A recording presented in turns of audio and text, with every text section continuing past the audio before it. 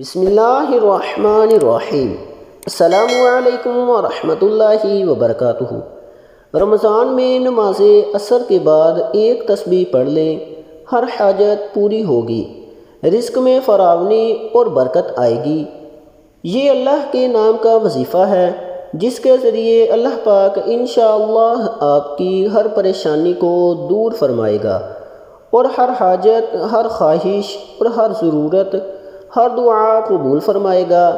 اگر اسے معمول بنا لیا جائے تو انشاءاللہ اللہ آپ کو ہر قسم کی پریشانیوں اور مصیبتوں سے محفوظ رکھے گا اور آپ کو سکون اور راحت والی زندگی دے گا، ہر قسم کی پریشانی سے نجات ملے گی۔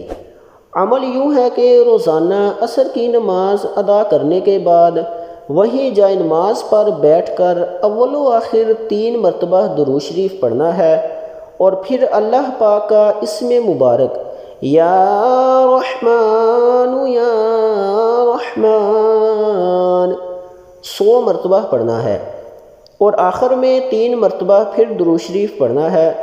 اس عمل کے دوران آپ کی جو پریشانی یا حاجت یا ضرورت ہے، اس مقصد، اس حاجت، پریشانی کو ذہن میں رکھنا ہے۔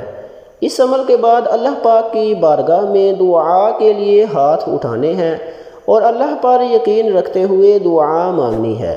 سبحان اللہ۔ اللہ پاک عمل کی توفیق عطا فرمائے۔ اللہ پاک ہمارا حامی و ناصر ہو، آمین۔